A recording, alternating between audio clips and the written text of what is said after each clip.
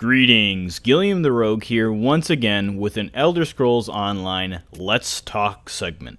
Today we will be discussing the medium armor skill line in the Elder Scrolls Online and how impactful it is in terms of meta performance for both PvE and PvP application. We'll begin right away with our only active ability, which is Evasion. Now, Evasion itself, the skill, has not been nerfed in Update 13, but the buff it gives, Major Evasion, has been nerfed by 5%. In one Tamriel, Major Evasion increases your dodge chance or chance to attack any incoming damage by 20%. Now, in Update 13, this is being tuned down to 15%, meaning it's going to dodge less attacks. So, in terms of like how devastating this is, I mean, it's a fourth of its power out the window, but it's still going to be a strong tool, but it's still going to be up to chance. Now, I don't really agree with evasion, major evasion, in the way that it works now. I don't like it at all in terms of balance for PvE or in PvP because it's really useless as non-tanks in PvE, and it's a little overbearing in PvP when used in tandem with dodge roll, which makes any attack incoming on you, as long as it is dodgeable, dodged. So like radial AoE magic effects can't be dodged. Things like chains in Update 13 can't be dodged, so evasion won't be able to do that, dodge roll can't do that, but it's still very potent in terms of dodging things like a Dawnbreaker of Smiting. It is not magic damage, so it can be dodged. Really heavy hitting things like Wrecking Blow can be dodged, and it's all up to chance, but when it procs, especially when you have multiple people hitting you, you're going to be reducing a lot of damage. And in Cyrodiil, that's very, very helpful. Now in PvE, if you're a tank, you might as well use this because you're going to have a lot of aggro focused on you, lots of incoming attacks, and making it so enemy attacks miss you wholly is going to help lessen the burden of your healers or yourself in terms of getting you back to full health and whatnot, as well as alleviating some of those one-shot mechanics, especially in hard mode Rakat. There are going to be times when Void Spheres might target you, and if evasion procs, that saves you about 5,000 damage spike that could have put you in the red before and killed you if it went in line with like a Rakat swing or a gun or something of the sort. So evasion on a tank, going to be really good in PvE. Now on a DPS or a healer, it's going to be okay, but it's not going to be reliable. And in endgame PvE, we need reliability. We need something that we know is going to work. Because when a mechanic is happening and we know that if we don't react to it properly, we're going to die, we can't rely on a 20% chance in one Tamriel or even a 15% chance in Update 13 to dodge that damage. Because if the 80% chance or the 85% chance that we don't dodge it next patch means that we die, then it's useless, it's wasted. So evasion not going to be in a good spot for PvE, and unfortunately it's our only form of real defense that we gain from medium armor is that extra dodge chance, because medium armor isn't going to be really tanky, we're not going to have high resistances, and evasion is going to be the only real form of defense that a medium armor wearer or a stamina build has access to them in PvE. Now, as we said, in PvP, this is going to be really big because you can control the dodges a little bit more, you can use them in tandem with dodge roll, and you aren't forced into doing only DPS. Your job is to keep yourself alive, to avoid damage, and you have a very open-ended system in terms of how combat can go. It's okay if you don't kill the target instantly because you have another chance to do so. In PvE, the goal is to kill the enemy as soon as possible in competitive PvE, so dodge rolling and blocking and stuff like that is going to be disadvantageous because it's going to nullify your DPS because you're going to have to stop, it's going to drain your resources and so on, and then using a skill that has a chance to give you a dodge versus guaranteed nullification of damage or mitigation of damage, it's going to be really, really weak. So in terms of balance, I think evasion needs to go. As a stat, if you are not wearing 5 pieces of heavy armor, you should not be able to make use of major evasion. because it doesn't do anything good in PvE, and it does nothing but bad in PvP. Stamina builds need another tool at their disposal that rewards thought-out gameplay, making use of skills in interesting ways to allow stamina builds to be competitive but not over the top. Because right now, a big reason why stamina is so toxic in Cyrodiil is not only stealth damage, not only high burst, but evasion allows you to dodge so many incoming damage sources when used in tandem with dodge roll, because there's no diminishing returns on dodge. In other MMOs like World of Warcraft or such, every time you dodge a skill or block or whatever it is, the next chance to do so within the next certain amount of time is reduced. And every successive dodge, block, parry, whatever mechanic it is, every successive time you do it, the chance to do it again is lower until it resets. So since that isn't in this game, you're able to just dodge freely at your will as long as you have stamina and major evasion running. So it's going to be really toxic in Cyrodiil, but in PvE, a lot of mechanics can't be dodged. A lot of mechanics that if you are doing that, you're not going to be able to make the hard wipes, or like killing a boss before he does his final mechanic, where if you don't kill him within a certain time, you die.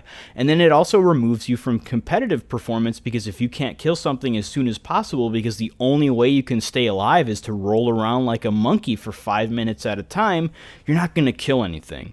So yeah, evasion in a bad spot for PvE and in a toxic spot for PvP, really making it a prime candidate to be either removed or heavily reworked in Elder Scrolls Online.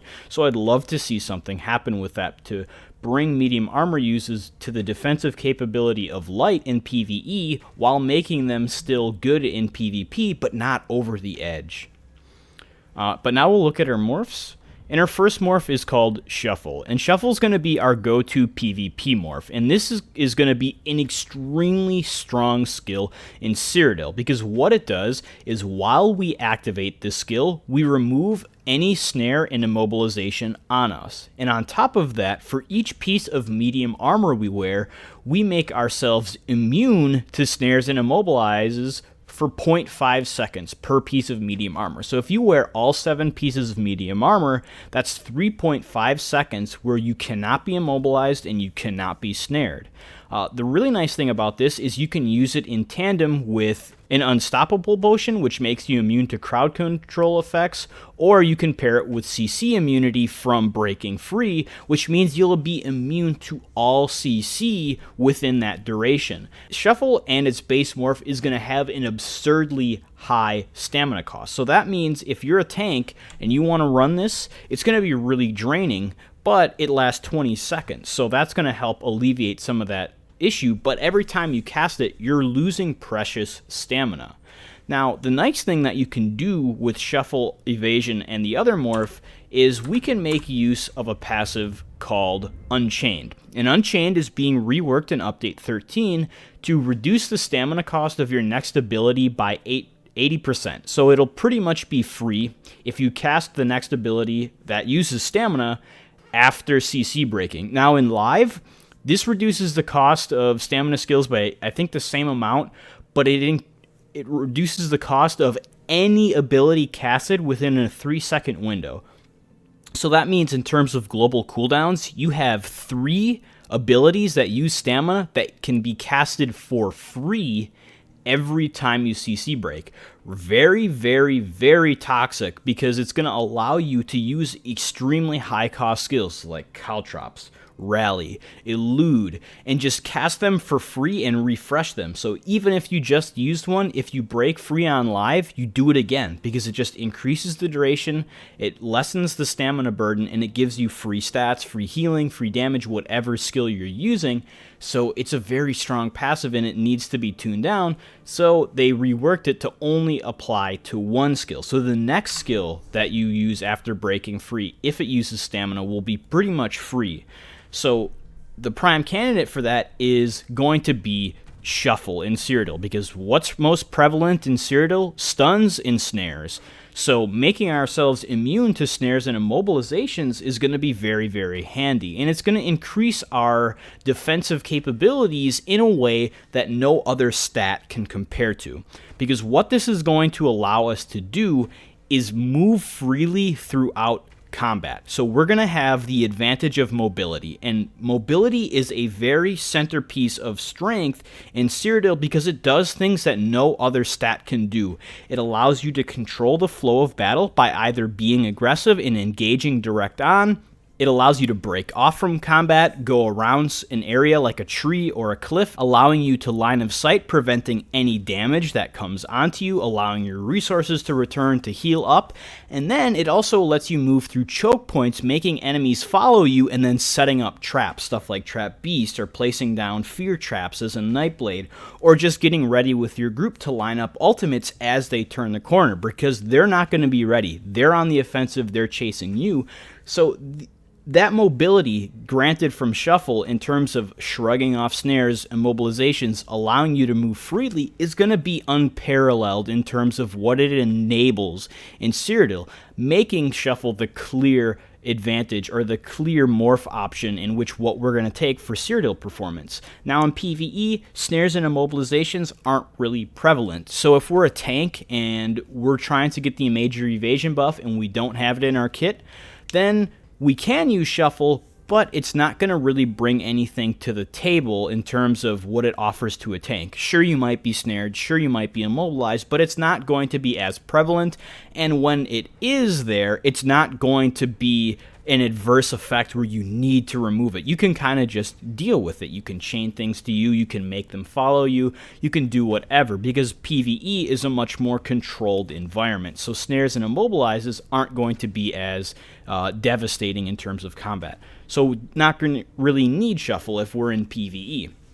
But our other morph, called Elude, is going to increase the duration of the buff for 5% per medium armor worn. So all this is it's really straightforward. Up to 7 pieces of medium armor means you get 35% duration increase, making it last a lot longer.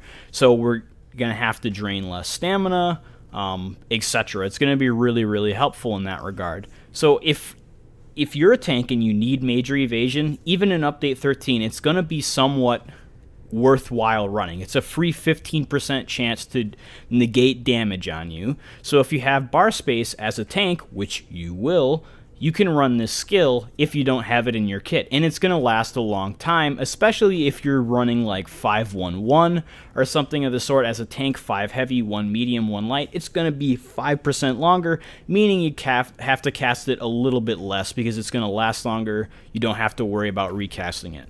So you can use that morph in PvE if you're a tank, but in PvP, if you're going to be using evasion as a skill, use Shuffle, because that immunity to snare and immobilization is going to be the redeeming quality of it. Even after the nerf, it's still going to be strong, it's still going to be blatantly toxic in some application, but it's going to be more chance. It's going to be, sometimes you're going to be an unstoppable god dodge rolling everything, and sometimes you're not going to dodge anything and die instantly. So we'll see less complaints, but I still think in terms of balance, it needs to be fixed for PvE so that stamina builds can feel impactful and useful, that they can stay alive in some of the really harsh content. While in Cyrodiil, it shouldn't be as much dictated to chance whether you're either a living god who can't be killed because RNG just says, oh hey, you just dodged the next 3 attacks because you rolled really good dice. So yeah, I would love to see the skill be reworked, or evasion as a whole be reworked, like only tanks can make use of it, give stamina another option, etc. Whatever. It would be really nice and much healthier for the longevity of the game in terms of balance performance.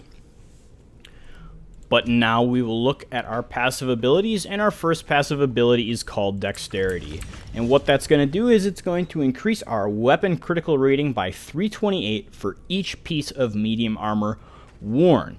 So if we're wearing all 7 pieces, that's going to be 2,300. And if you remember in the previous video when we talked about crit rating, each 1% crit is going to equal 219 crit rating. So you just take that 2,300, divide it by 219, and then you get 10.5%. So that means each piece of medium armor gives 1.5% crit chance. So the nice thing about this is that if you wear all 7 pieces, it's going to give 0.5% more critical than the Prodigy counterpart, which gives 10%, but you only need to wear 5 pieces, but it won't scale past that. So this is kind of a dual-edged sword because it incentivizes wearing all 7 pieces of medium armor because you're going to continue to gain offensive bonuses as you wear more pieces of medium armor. But at the same time, it also removes our ability to run an Undaunted bonus called Undaunted Metal, which is going to increase our maximum stats for every different type of armor weight we wear. So if you wear 1 heavy armor, 1 light armor, and 1 medium armor, you're going to gain maximum efficiency out of that passive Undaunted Metal, and you're going to get a bunch of free stats. But if you're a stamina build, you want crit because crit is going to be very, very important in terms of DPS. We're going to explain how much DPS it is in the comparison video, but we're going to lose all those stats, meaning we have this decision to make. Do we want more crit but less stats, or do we want more stats but less crit? So we're forced to make a decision, and both of them have gains and losses. Unlike light armor, which has no gain and loss. They gain no offensives going past 5 light, so they don't lose anything big when they decide to take the 5-1-1 route and make use out of that Undaunted passive Undaunted Metal.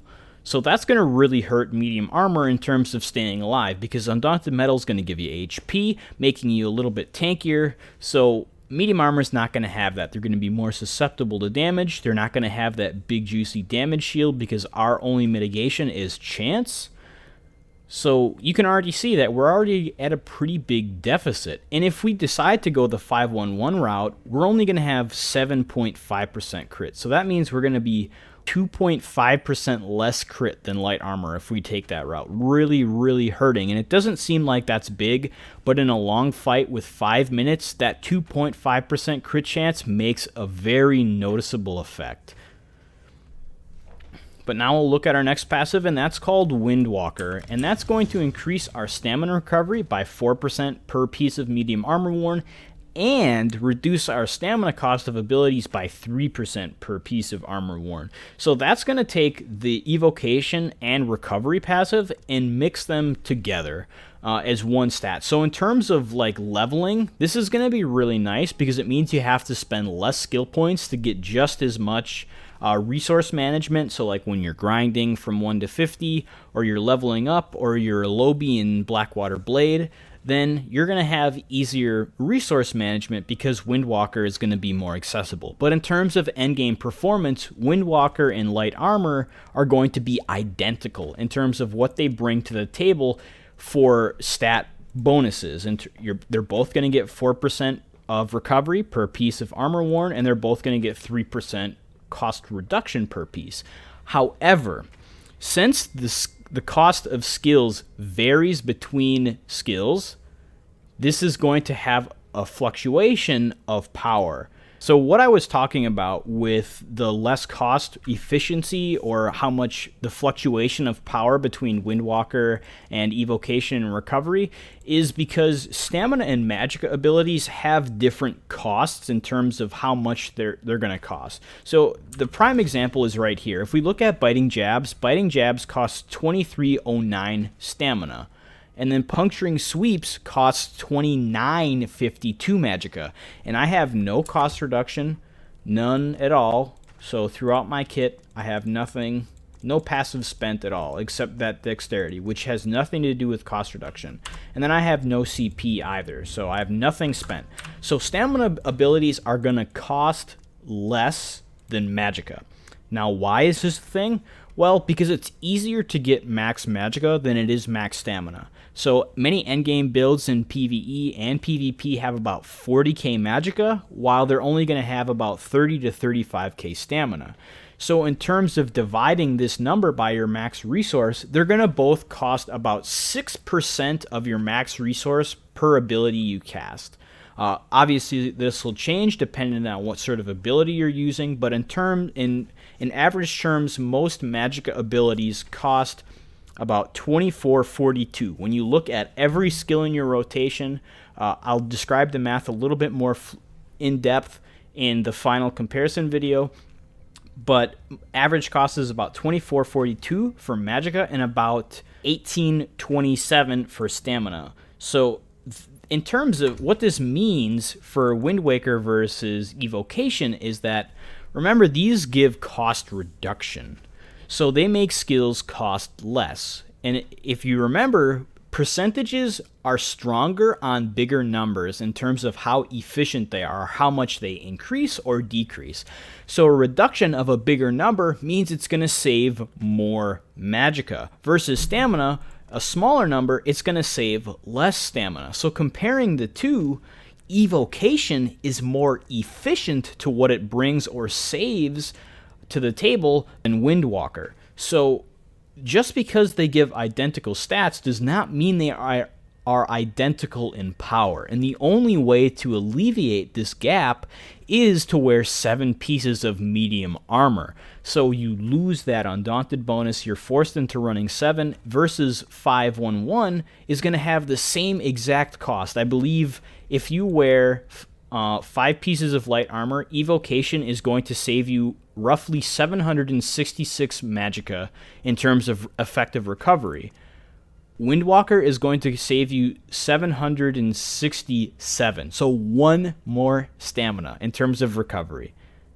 Almost identical, but you have to wear 2 more pieces, and we're going to see that in the comparison video. We're going to look at the math and explaining how that happens, but already we have 2 passives that are weaker than their light armor counterparts because they require more resources to be focused into them.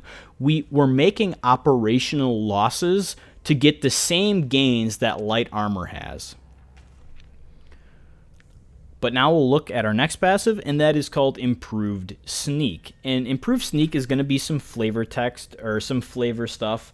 It's not going to be completely useless in endgame performance, especially in Cyrodiil, but what it's going to do is it's going to reduce the cost of Sneak by 7% per piece of medium armor worn, and as well as reducing the size of the detection area when you're sneaking by 5%.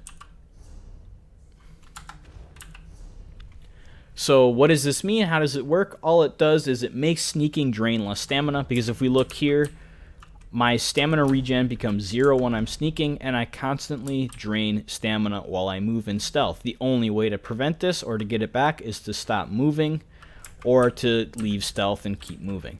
So that's going to make us be able to sneak longer. And it's also going to reduce the size of detection. So every mob in Elder Scrolls Online has a detection radius, and it's bound by an unseen conal in front of them. So envision on this mob that he has a conal in front of him, and anytime you were to walk in front of that, you would be detected if your sneak is not high enough. And what medium armor does is it makes that area in which he can detect you smaller, and it does that for each mob. Now, so what this means is it's going to be harder for players to detect you in Cyrodiil when you're sneaking, as well as NPCs in PvE. So in endgame PvE performance, this is going to be useless because trials have something called True Sight, which means any mob in there can permanently detect you. You cannot enter stealth or invisibility. Mobs will instantly break it. So this is going to be a useless passive. But in like doing quests like your Thieves Guild or Dark Brotherhood, that's going to help a little bit. It's going to make you harder to detect, which means you're going to be able to complete the quest with more rewards, etc. But in terms of endgame performance, literally useless for PvE. Now in PvP, stealth damage is absurdly powerful because a stealth modifier increases your critical strike damage by 250%. So this is going to mean any attack you use that uses weapon critical is going to be 250% more damage. meaning if you do a heavy hitting attack, you're going to be able to almost one-shot players. So sneaking is going to be very, very strong, and any class can make use of sneak. So medium armor makes it easier to move around undetected by players. Now there are a few ways to alleviate this, using revealing flare, using detection potions. Those will completely negate this passive, as well as sneak in general. You'll be detected regardless of if you're in a player's conal or not. So that's also going to have disadvantages where it can be countered. There are a few other passives which can actually be removed from play from gameplay elements, but improved sneak can, on top of the fact that it's already useless in PvE. But it's probably for the better, because as it stands, stealth damage is way too strong. In terms of sneak in general, it needs to go away. That 250% damage bonus should not exist at all. Sure, it makes sneaking fun, but it gives players no counterplay when they get hit by it. The only way to counter stealth is to constantly be using detect potions, constantly be using flare or spamming AoEs, but it doesn't make for thought-out gameplay. It doesn't make you think, oh, hey, a Nightblade is in the area, I'm going to track his every move and then go to that spot. No, I'm just going to sit there and spam AoEs, and maybe I hit him, maybe I don't. Or I'm just going to spam revealing flare or detect pots. It doesn't promote balanced, healthy gameplay. And then if I do manage to land a sneak attack on the player, he's going to die. So sneak attack needs to go away. Improved sneak needs to be reworked a little bit. I mean, it's a cool passive for doing like derpy stuff, playing around, doing quests, yada yada, but light armor has no derpy stuff in it. It's all offensive gains. Medium armor has useless stuff. But regardless, it's there. You can make use of it if you're planning on PvPing, or if you like doing like on Dark Brotherhood or Thieves Guild quests. Our next passive is called Agility, and it's going to work similarly to Concentration or Prodigy from light armor, where when you wear 5 pieces or more of medium armor, you're going to increase your weapon damage by 12%. So in terms of what this brings to the table, 12% weapon damage seems like a lot, but in reality, it's not. And that's because it operates as a percentage. So in Elder Scrolls Online, skills and passives that increase stats by a percent do not stack with one another. So let's say there was another passive that increased my weapon damage by 4%, such as the Templar's Balanced Warrior, or 5%. Those would not add together to become 17%. Instead, they would look at my base weapon damage, add to them separately, and then come together.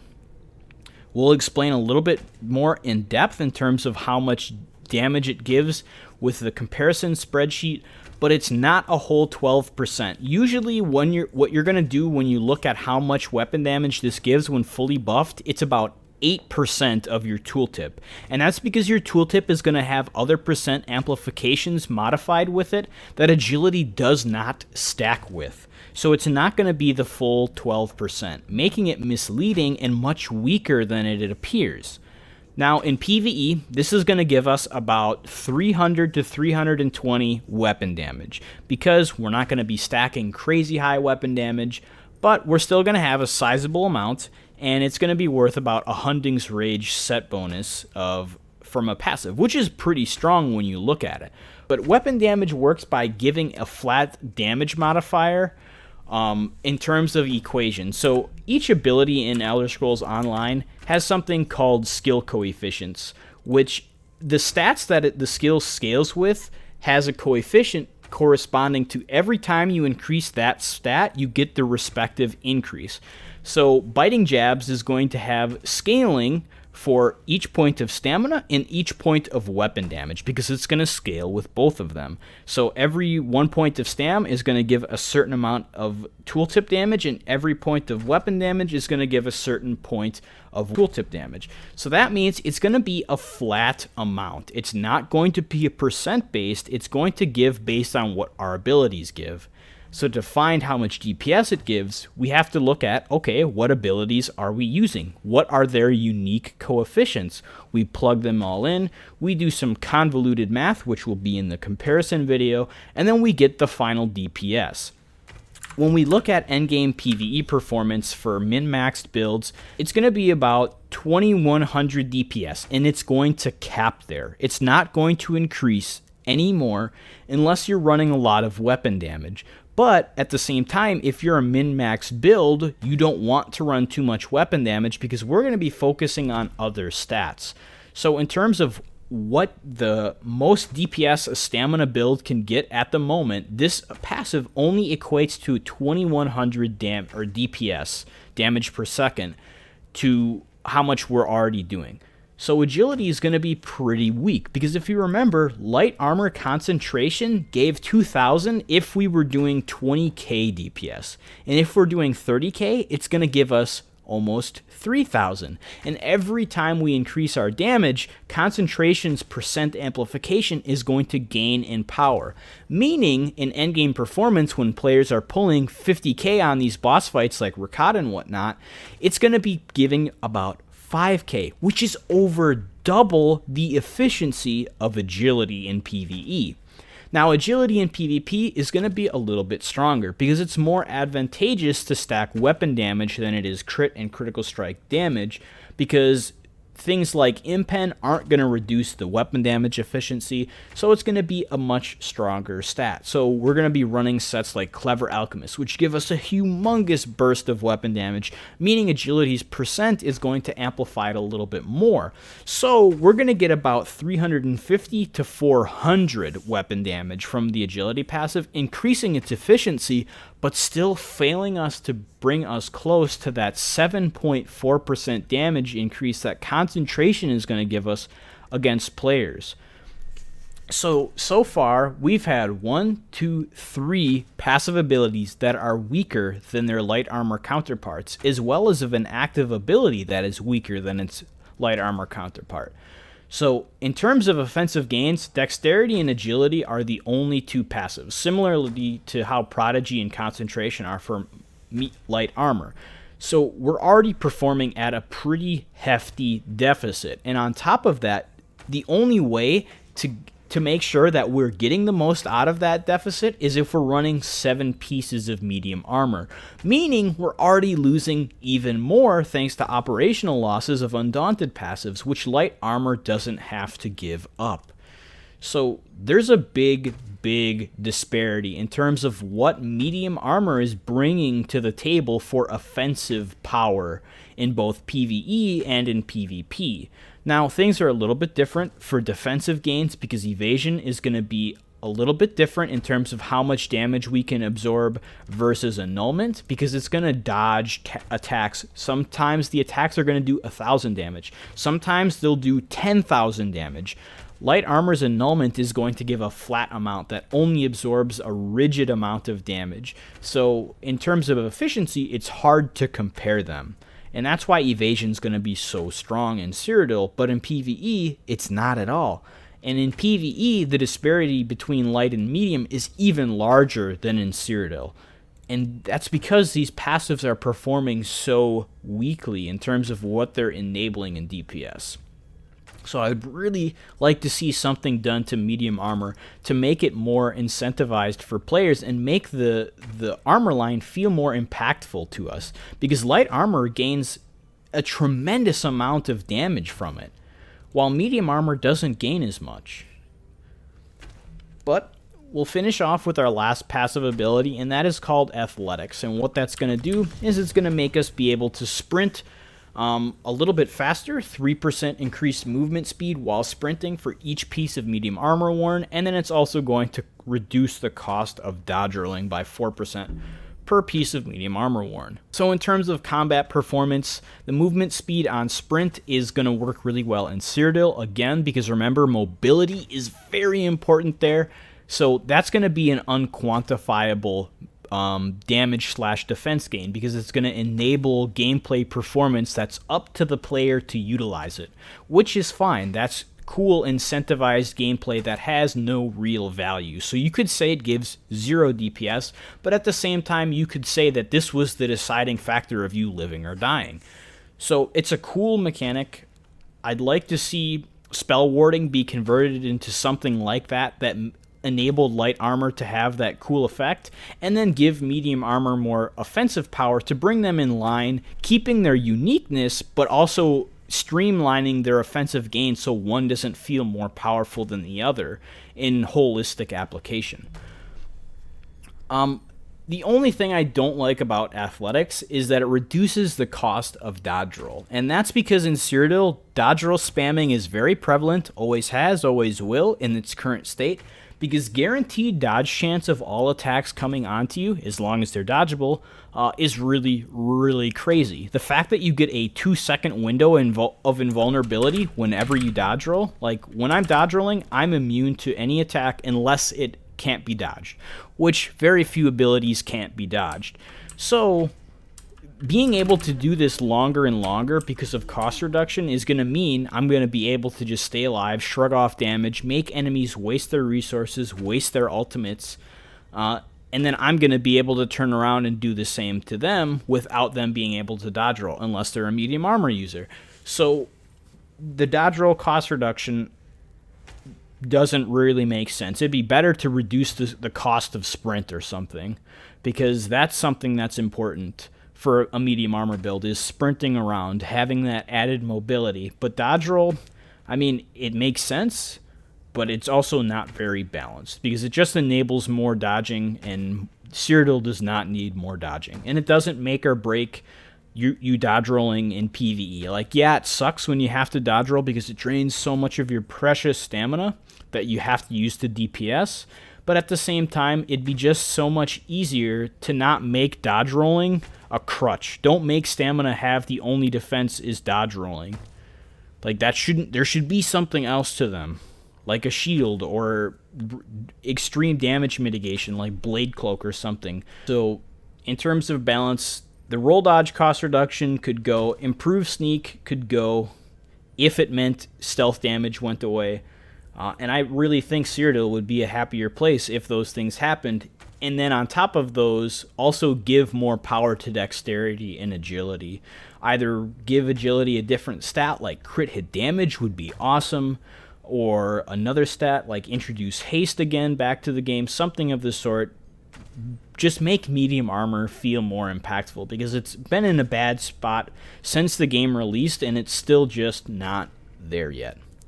But still, it can be used. It's very important. Make sure you have these passives. And similarly to light armor, you can make use of these passives if you are a caster build. So when I'm on my caster Templar in 511, I'm still going to take dexterity, because I'm going to get 1.5% weapon crit. I'm still going to take Windwalker to get extra stam and cost reduction. And I'm still going to take athletics, because it's going to allow me to sprint faster and roll dodge a little bit cheaper. Now, are these deciding factors in making my caster Templar doing 55k DPS on Rakat? No, not at all. But they're still there, because I'm using Trap Beast as a caster build, because it's a form of minor force. So I'm going to get 1.5% more crit chance on that. Free damage. I'm also going to have it be costing 3% less. I'm also going to have 4% stamina recovery, so I can ensure that I can keep up Trap Beast, as well as having the ability to dodge roll or block mechanics that I need to. So these passives, while they're very, very small, they're still important, and they are still a part of the puzzle in making your character as powerful as they can be. So keep that in mind. Just because you're using 5 pieces of light armor or 5 pieces of heavy armor doesn't mean these passives are useless to you. Anytime you see a passive that gives you free stats, take it. It's free stats. There's no disincentive for taking it. The only disincentive is trudging around the game, experiencing it, and getting sky shards for another 20-40 minutes, which might suck if you've done it a lot, but it's well worth the reward. And I highly suggest players do that who are looking to get as much power as they can, to improve as much as they can, is get all of these little fluff passives that just add up to be tremendous in the long run. But that is it for the medium armor line. Next will be heavy armor. And then once that's done, we're going to do a big comparison with the spreadsheet that I hinted at in the first video. We're going to see really how big that damage disparity between light and heavy armor is. And then we're going to look at that disparity of why heavy armor is so strong in Cyrodiil versus light and medium. Because what it gives is going to be very, very potent in terms of defenses, resource management, and damage. It's going to have all three. Granted, they're not going to be as strong as light or medium, but it's going to do all three in one versus only doing one or two at a time. So be ready for that. Be ready for a lot of math in those videos. But yeah, I hope you guys have learned something. Hopefully you've enjoyed the video. I know I get a little bit ranty about these things, but it's because I'm very, very passionate about the longevity, the health, the enjoyability of this game.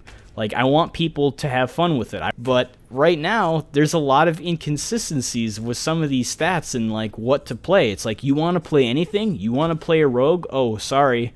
Rogues are useless in PvE because you can't sneak, or because medium armor's in a bad spot. Like, things like that just really take away from how fun this game could be, and then also take away from how competition works. Competition has been very static in the endgame community because everyone's just a caster build, running 4 Templars, 3 Sorks, and 1 Dragon Knight. Like, composition is stagnant, and it's because things like this, where imbalances of passives exist, and just things like that, that could so easily be remedied if we took the time to investigate it further rather than just shooting out shallow accusations or giving misinformation to the community. So I'm really hoping that these videos open eyes in the community, help them understand how to use things, that things aren't as busted as they appear to be, or that the disparity is not for the same reason as the community would agree on, etc. And then also give ZeniMax the tools to look at, okay, well, here's some guideline math that we can use to compare, because this is real stuff. You cannot deny the imbalances that exist in PvP and PvE. Everyone sees it, and not everyone knows why it's there, but hopefully this gives a more well-rounded, holistic view on why those things are there. I mean, I'm one person, I have my opinions, and not everything I say is going to be agreed with, and I'm fine with that. But at the same time, what I talk about is real, and it's there, and it could be addressed. So hopefully that gets done. I'd love to see this game be so much more, because it could be, and it deserves to be. But that is it for this video. I hope you guys have enjoyed, and I will see you all next time.